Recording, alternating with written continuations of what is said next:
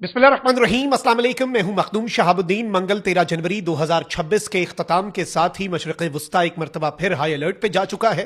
Pentagon में Donald Trump को अहम तरीन ब्रीफिंग दी गई है। ईरान पर फौजी हमला, ईरान में फौजी कार्रवाई, इसके हवाले से और तमाम तर ऑप्शन जेरे गौर आने के बाद डोनाल्ड ट्रंप ने ईरान के अंदर एहतजाज करने वालों के लिए पैगाम जारी किया है कि एहतजाज भी जारी रखें, हुकूमती जो ऑफिसेज हैं, हुकूमती जो बिल्डिंग्स हैं, तनसीबात हैं, उन पर कब्जे करें, मदद पहुंच रही है। इस एक ऐलान के बाद ईरान हाई अलर्ट पे जा चुका है। सूरत हाल यकसर तब्दील हो चुकी है। रूस ने भी इस सारी सिचुएशन के अंदर एंट्री दे दी है। 8-10 बड़ी डेवलपमेंट्स हैं अभी तक की जो आपके सामने रखनी है। वही दरखास्त जो इससे पहले कुछ व्लॉग्स में आपके सामने रखी कि हमारे इस चैनल को भारत, अफगानिस्तान और पाकिस्तान मुखालिफ मुतअद्दिद अकाउंट्स की तरफ से रिपोर्ट किया जा रहा है। इस रिपोर्टिंग का असर जायल करना आपके हाथ में है। इस वीडियो को लाइक करें, एक के बजाय ज्यादा से ज्यादा कॉमेंट्स करें और अगर हो सके तो इस वीडियो को मुख्तलिफ व्हाट्सएप ग्रुप्स में शेयर भी कीजिएगा। सबसे पहले तो नाज़रीन इकराम, मैं आपको यह बता दूं कि इस वक्त अमेरिका ने भी अपनी तैयारियां शुरू कर दी हैं। पेंटागन में अहम तरीन ब्रीफिंग जो है वो डोनाल्ड ट्रंप को दी गई है। सबसे पहले उसी की बात कर लेते हैं। अमेरिका की जानिब से ईरान पर हमले से मुतल्लिक दिफाई इदारे पेंटागन ने सदर ट्रंप को ब्रीफिंग दे दी है। अमेरिकी मीडिया के मुताबिक महकमा दिफा के 2 ओहदेदारों ने नाम जाहिर ना करने की शर्त पर अमेरिकी मीडिया को यह कंफर्म किया कि ईरान के खिलाफ फजाई ताकत और तवील फासले तक मार करने वाले मिसाइल किसी भी मुमकिन फौजी रद्द अमल के लिए मरकजी हैसियत रखते हैं। कौन सी 2 चीजें? तवील फासले तक मार करने वाले मिसाइल और फजाई ताकत यानी एरियल पावर, जिसमें B-52 बॉम्बर्स हैं और दीगर जो फाइटर जेट्स की बमबारी है वो शामिल है। रिपोर्ट के मुताबिक इसके साथ साथ पेंटागन के मंसूबा साजों ने सदर ट्रंप को साइबर ऑपरेशन के ऑप्शंस और नफ्सियाती मुहिम्मात भी पेश की हैं, जिनका मकसद ईरानी कमांड के ढांचे और मवासलात और सरकारी मीडिया को मुतासर करना। यानी साइबर अटैक्स भी होंगे और साइकोलॉजिकल अटैक जो है, जो ईरान के कमांड स्ट्रक्चर को मुनहदिम कर दे, इस तरह की कार्रवाइयां, उन पर भी अमेरिका के सदर को ब्रीफिंग दी गई है। अमेरिकी हुकाम का मजीद कहना था कि साइबर, नफ्सियाती ऑपरेशंस और रिवायती फौजी कुव्वत मिलकर भी एक ऑप्शन हो सकते हैं। यानी रिवायती फौजी ऑपरेशन तो हम करें, साथ हम ये वाले साइबर और साइकोलॉजिकल वॉरफेयर जो है उसकी फील्ड में भी ईरान को टफ टाइम दें। दोनों अमेरिकी ओहदेदारों ने इस बात पर जोर दिया कि जंग का अभी कोई हतमी फैसला नहीं हुआ और अब दीगर चीजें जो हैं वो इन द फ्यूचर होंगी। अब एक तरफ ये डेवलपमेंट है तो वहीं दूसरी जानिब मैं आपको यह बता दूं कि अमेरिकी फौज की सेंट्रल कमांड जो है और इलाकाई शराकतदार जो अमेरिका के रीजनल एलाइज हैं, उन्होंने कतर के अल उदैद एयरबेस में एक नया कोऑर्डिनेशन सेल कायम किया है, जिसका मकसद फजाई और मिसाइल दिफा को मजबूत बनाना है। यानी अपने एयर डिफेंस सिस्टम को और अपने जो इनका दीगर मिसाइल डिफेंस सिस्टम है उसे मजबूत बनाने के लिए एक कोऑर्डिनेशन सेल जो है वो इन्होंने ऑपरेशनल कर दिया है।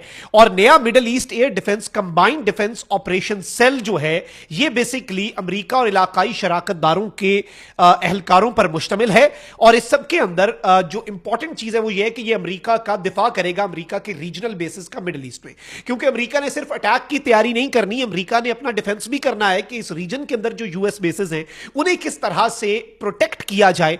तो एक तो पेंटागन की ब्रीफिंग इक्वेशन में आपने डाल दी, अब ये दूसरी इस खबर को भी इक्वेशन में डालें, तीसरी खबर पर आ जाते हैं। अमेरिकी सदर डोनाल्ड ट्रंप ने ईरान में जारी मुजाहिरों के हवाले से बयान देते हुए कहा है कि ईरान के मुहिब्बे वतन लोग एहतजाज जारी रखें, मदद पहुंच रही है। अपने social media platform truth social पर जारी पैगाम में ट्रंप ने कहा कि ईरान के मुहिब्बे वतन लोग एहतजाज जारी रखें और अपने इदारों पर कब्जा कर लें। अब इस सबके अंदर इंपॉर्टेंट चीज नाज़रीन इकराम यह है कि ट्रंप ने मजीद कहा कि कातिलों और जुल्म करने वालों के नाम याद रखें, उन्हें बहुत बड़ी कीमत चुकानी पड़ेगी। अपने बयान में ट्रंप ने कहा कि उन्होंने ईरानी हुकाम के साथ अपनी मुलाकातें उस वक्त तक मंसूख कर दी हैं जब तक मुजाहिरीन का कत्लेआम बंद ना किया जाए। ट्रंप ने अपने बयान में लिखा कि मदद पहुंच रही है, हेल्प इज ऑन इट्स वे। क्या क्या कहा है? कत्ल करने वालों के नाम याद रखें, सरकारी इदारों के ऊपर कब्जे शुरू कर दें, एहतजाज जारी रखें, मोमेंटम बिल्डअप किए रखें और मदद पहुंच रही है। और मैंने ईरान के साथ डिप्लोमेसी के जो बातचीत के रास्ते हैं वो बंद कर दिए हैं उस वक्त तक जब तक क्या हो जब तक हम ये पूरा मामला क्लियर नहीं कर लेते। और ईरान के हवाले से ट्रंप ने यह कहा कि ईरान कत्लेआम नहीं रोक देता, जो कि वेस्ट का एक्यूजेशन है कि ईरान अपने लोगों को मार रहा है। अब आते हैं एक और चीज के ऊपर, ईरान के आर्मी चीफ की स्टेटमेंट भी रखते हैं, क्योंकि हमने पूरी एक जो अभी तक की डेवलपमेंट्स हैं उनका भी जायजा लेना है और अभी तक की सूरत हाल दोनों साइड से हमने कवर करनी है। ईरान के army chief major general Amir Hatami ने कहा है कि इसराइल के साथ 12 रोजा जंग के मुकाबले में ईरान आज ज्यादा ताकतवर है। इन्होंने कहा कि 2025 में इसराइल के साथ होने वाली जंग ईरानी मुसल्लह अफवाज के लिए एक मुनफरिद और गैर मामूली तजुर्बा था, क्योंकि ईरान वाहिद मुल्क है जिसने इसराइल जैसे मगरबी टेक्नोलॉजी और हिमायत से लेस मुल्क के साथ इस पैमाने पर बराह रास्त महाज आराई की। ईरान की नीम सरकारी खबर एजेंसी तस्नीम के मुताबिक अमीर हातमी ने कहा कि 12 रोजा जंग के बाद गुज़श्ता 6 माह के दौरान की गई तैयारियों से ईरान को इसराइल और अमेरिका की जानिब से लाहक खतरात से निपटने की मुकम्मल सलाहियत हासिल हो चुकी है। और इस सब के अंदर इन्होंने कहा कि हम उस लम्हे जितने मजबूत थे अब हम उसकी निस्बत पहले से ज्यादा मजबूत हुए, हमारी तैयारियां पहले से ज्यादा आगे बढ़ी हैं। एक तो ये डेवलपमेंट है। वहीं दूसरी जानिब अब यूएस जो मीडिया आउटलेट्स हैं वो भी ये कंफर्म कर रही हैं कि ईरान ने जो स्टारलिंक है उसके ऊपर क्रैकडाउन शुरू कर दिया। मैंने पिछले व्लॉग में आपके सामने ये अपडेट रखी थी। ईरान में जारी एहतजाजी मुजाहरों के दौरान हुकूमत की जानिब से इंटरनेट बंद किए जाने के बाद अब सैटेलाइट इंटरनेट सर्विस स्टारलिंक के खिलाफ क्रैकडाउन शुरू हो चुका है। फोन कॉल्स और टेक्स्ट पैगामात भेजने की सहूलत जो है वो भी महदूद कर दी गई है और इंटरनेट तक बिला तातुल रसाई सिर्फ हुकूमत, उसके मीडिया इदारों और हुकूमत के हामियों को हासिल है। एक अमरीकी एनजीओ नेट फ्रीडम पायनियर्स जो हैं उनके शरीक बानी, उन्होंने अमरीकी अखबार को बताया कि ईरानी हुकूमत की जानिब से सर्विस में खलल डालने की कोशिशों से स्टारलिंक की रफ्तार जरूर मुतासिर हुई, इसे मुकम्मल तौर पर बंद नहीं किया जा सका। और इसके हवाले से यह भी खबरें आई कि मिलिट्री ग्रेड जो जैमर्स हैं वो ईरान के पास नहीं थे स्टारलिंक का नेट बंद करने के लिए। ये मिलिट्री ग्रेड जैमर्स जो हैं ये प्रोवाइड किए गए हैं चाइना की तरफ से या इवन रशिया। अब चाइना ने भी ये बात कही है, क्योंकि ट्रंप ने कहा है कि वो ममालिक जो ईरान के साथ तिजारत करते हैं उन पर 25% इजाफी टैरिफ जो है वो मैं आयद करने जा रहा हूं। ये एक बड़ी चीज है, लेकिन चाइना ने कहा है कि हम हर जरूरी और हंगामी कदम उठाएंगे।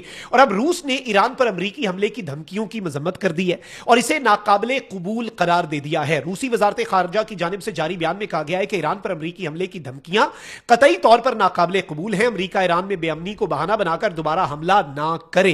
रूसी वजारत खारजा ने कहा कि इस तरह का इकदाम मशरिक़ वुस्ता में तबाहकुन नताइज का बाइस बनेगा और आलमी सलामती के लिए भी खतरा होगा। रूसी वजारत खारजा की जानिब से जारी बयान में कहा गया कि ईरान के गैर मुल्की शराकतदारों को तिजारती महसूलात बढ़ाकर ब्लैकमेल करने की कोशिशों को भी मुस्तरद करते हैं। रूसी वजारत खारजा ने कहा कि ईरान में मसनूई तौर पर भड़काए गए एहतजाज जब मांद पड़ रहे हैं, यानी रशिया ने कहा है कि ईरान के अंदर जो प्रोटेस्ट हो रहे हैं उन्हें आर्टिफिशियली भड़काया गया है। उम्मीद है कि ईरान में हालात बतदरीज मुस्तहकम हो जाएंगे।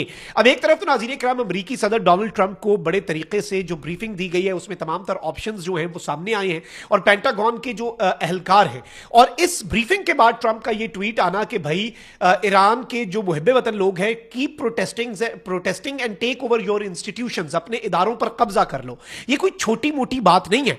एक मुल्क का सदर दूसरे मुल्क के शहरियों को कह रहा है कि मदद पहुंच रही है, हमारे ऊपर तुम लोग तकिया कर सकते हो, यानी अपना मोमेंटम बरकरार रखो, सरकारी इमारतों पर कब्जे शुरू कर दो, चीजें अपने कंट्रोल में लो, मदद आ रही है। अब इसका क्या मतलब है? इसका सादा सा मतलब है अब ये मदद क्या सिर्फ टैरिफ्स होंगे कि ईरान की हुकूमत के ऊपर टैरिफ लगा दिए, पाबंदियां लगा दी और बात खत्म हो गई, मक्कू ठपा गया? नहीं भाई, ऐसे नहीं होना। Let's be honest here, let's be very practical, और चीजों को हम अगर प्रैक्टिकली समझने की कोशिश करेंगे तो हमें भी आसानी होगी पूरा मंजरनामा बेहतर अंदाज में समझने की। और इस सब में मैं आपको यह बता दूं कि इस वक्त even Reza Pahlavi who says that he is the crown Prince और वो वापस आएगा ईरान, अब उसने इंटरनेशनल मीडिया को, क्लैश रिपोर्ट को एक इंटरव्यू दिया और कहा कि ईरान की क़यादत के कुछ रासर मुल्क छोड़ने की तैयारी कर रहे हैं, जहाज भरा जा रहा है। यानी एक जो आप कह लें कि नैरेटिव बिल्ड किया जा रहा है कि ईरान के अंदर रिजीम जो है वो घबरा गई है और ये सब कुछ हुआ। अलबत्ता तेहरान में एक बहुत बड़ा प्रोटेस्ट जरूर हुआ है जो कि रिजीम और हुकूमत के हक में है, जिसके ऊपर ईरान के सुप्रीम लीडर ने भी ये स्टेटमेंट दी कि लोगों ने अपना फैसला सुना दिया है